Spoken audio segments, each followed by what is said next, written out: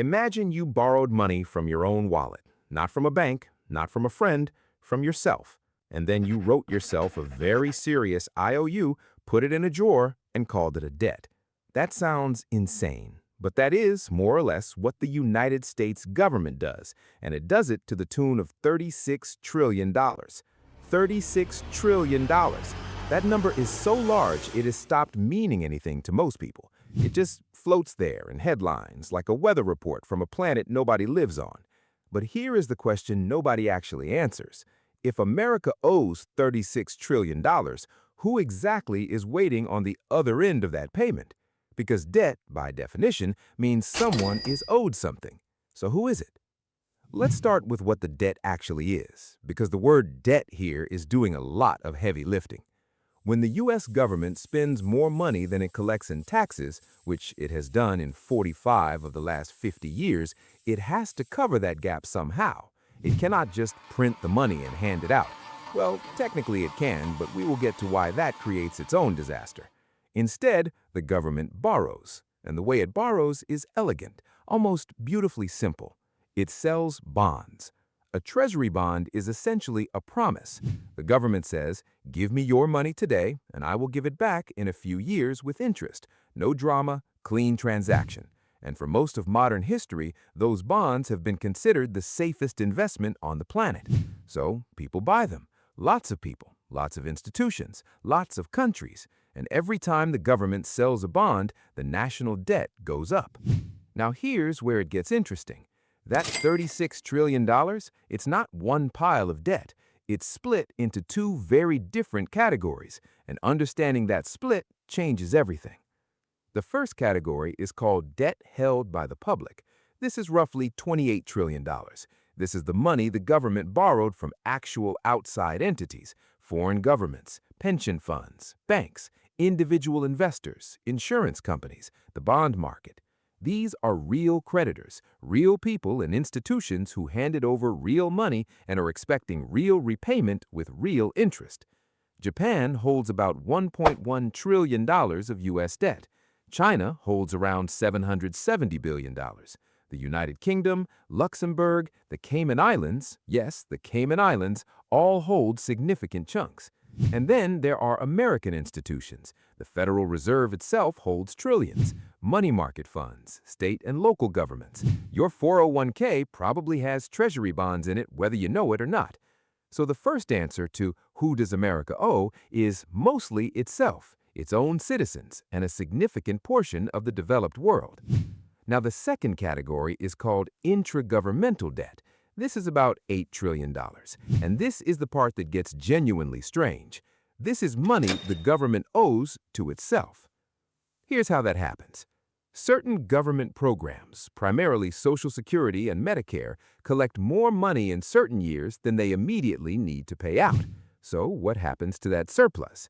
Is it sit in a vault? Is it invested in something productive? No. The Treasury borrows it. The Social Security Trust Fund, for example, hands its surplus over to the Treasury and in return gets Treasury bonds, IOUs.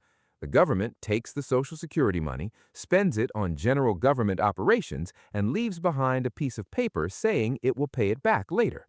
This is not fraud. It's entirely legal. It's been happening for decades. But it does mean that when you hear the government owes $36 trillion, roughly $8 trillion of that is money the government owes to its own future obligations, to promises it has already made to American retirees and hospital patients who haven't yet needed the money.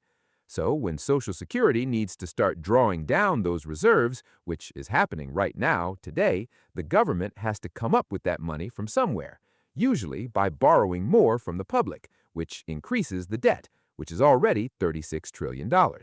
You see how this works? Now let us talk about the math that makes financial analysts lose sleep at odd hours. The U.S. government currently pays somewhere in the range of $1 trillion per year just in interest on its debt, not paying down the debt, not reducing it, just servicing it, just keeping the lights on so the whole thing doesn't collapse.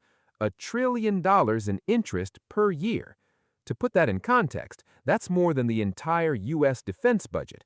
It's more than Medicaid. It's roughly what the federal government spends on all non-defense discretionary programs combined. And here's the mechanism that turns uncomfortable into alarming. For a long time, for most of the period between 2009 and 2022, interest rates were extraordinarily low. The government could borrow money at nearly nothing, 1%, sometimes less. So even as the debt grew, the interest payments stayed manageable. Then inflation happened. The Federal Reserve raised rates aggressively to fight it, and suddenly the government was rolling over its old cheap debt into new expensive debt. The same amount of borrowing, but now at 5, 6, 7% in some cases. The debt didn't change. The interest bill exploded. This is the compounding problem.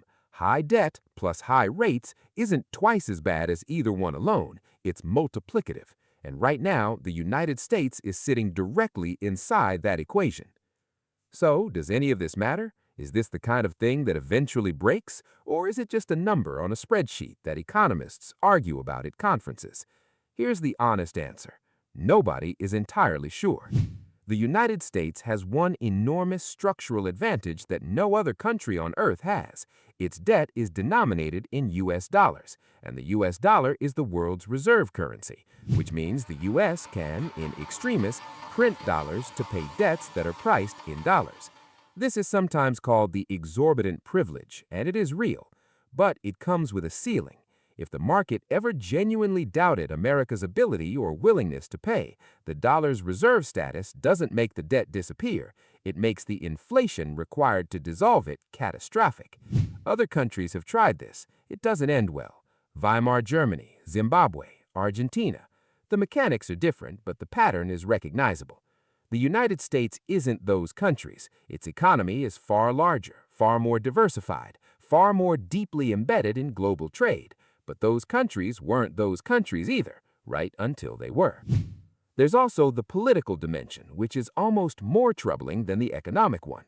The debt ceiling, that theatrical ritual where Congress votes on whether to allow the government to bills it has already incurred, gets suspended or raised almost every time with minimal actual reform. Both parties have contributed to the debt in enormous ways. Republicans with tax cuts, Democrats with spending expansions. Neither side has a clean record, and neither side has a credible plan to stabilize it. The Congressional Budget Office projects the debt reaching $50 trillion by 2034. That's not a doomsday prediction. That's their baseline scenario, the expected case.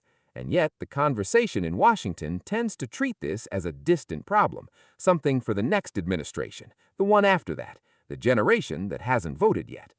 So, who does America owe $36 trillion? It owes about $8 trillion to itself, to promises made to its own citizens about retirement and health care, promises funded by trust funds it quietly emptied and replaced with IOUs. It owes about $7 trillion to foreign governments and institutions, including countries it sometimes considers rivals. It owes the remainder to American banks, pension funds, investors, and indirectly to ordinary people who have treasury bonds inside retirement accounts they've never examined closely. The creditors are not shadowy. They are teachers' pension funds in California. They are central banks in Tokyo and Beijing. They're the Federal Reserve. They're in a meaningful sense, you. The more interesting question is not who holds the debt, it's what happens when the number becomes too large to ignore and too large to fix without pain. Because at $36 trillion and climbing, there are really only a few ways out. Grow the economy fast enough that the debt shrinks as a percentage of GDP, raise taxes, cut spending, let inflation quietly erode the real value of what's owed, or at some point down the road, restructure. Each option has a cost. Each cost lands somewhere, on someone. The debt is not abstract. It's a decision already made by people who are no longer in office that the next generation will be asked to pay. The only open question is whether they'll be asked politely.